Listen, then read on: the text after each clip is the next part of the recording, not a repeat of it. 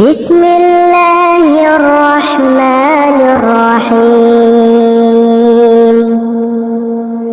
هل أتى على الإنسان حين من الدهر لم يكن شيئا مذكورا إنا خلقنا الإنسان من نطفة أمشاج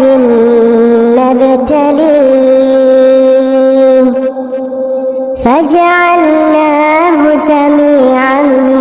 بصيرا إنا هديناه السبيل إما شاكرا وإما كفورا إنا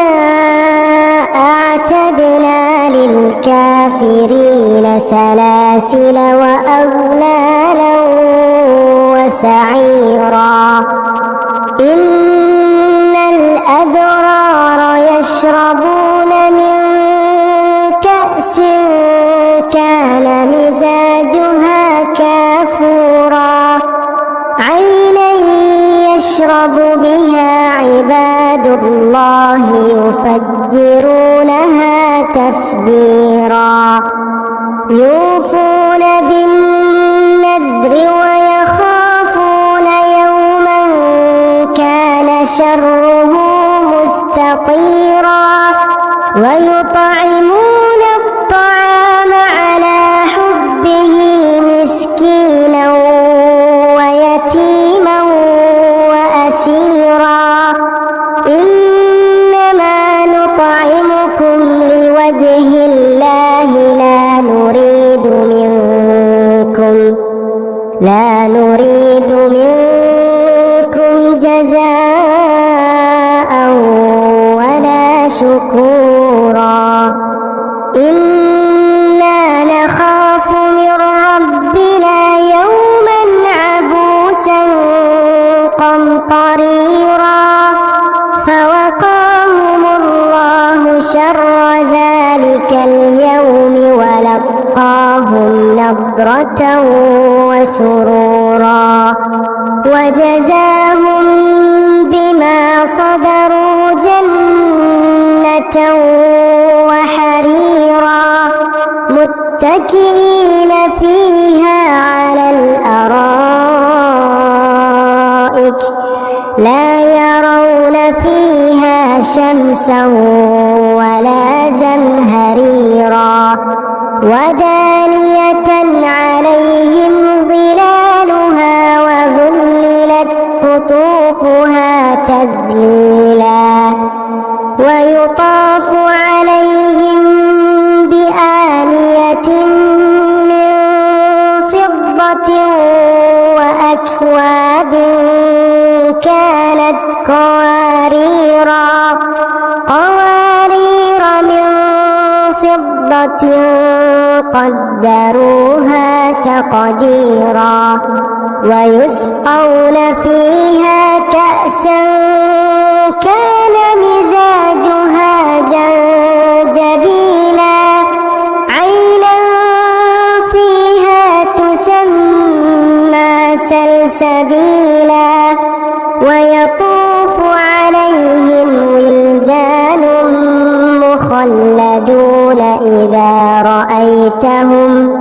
إذا رأيتهم حسبتهم لؤلؤا منثورا وإذا رأيت ثم رأيت نعيما وملكا كبيرا عاليهم ثياب سندس خضر واستبرق وحلوا أساور من فضة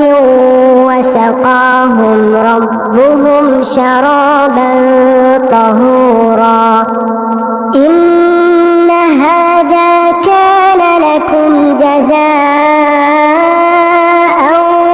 وكان سعيكم مشكورا إنا نحن نزلنا عليكم القرآن تنزيلا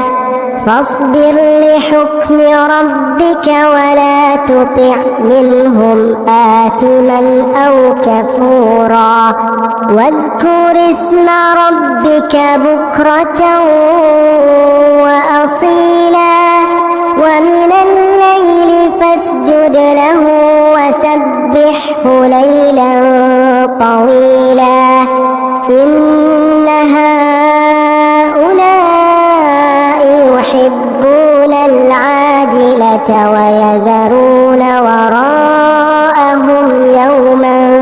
ثقيلا نحن خلقناهم وشددنا أسرهم وإذا شئنا بدلنا أمثالهم تبديلا إن هذه تذكرة فمن شاء اتخذ إلى ربه سبيلا وما تشاءون إلا أن يشاء الله إن الله كان عليما حكيما يدخل من يشاء في رحمته والظالمين أعد لهم عذابا أليما.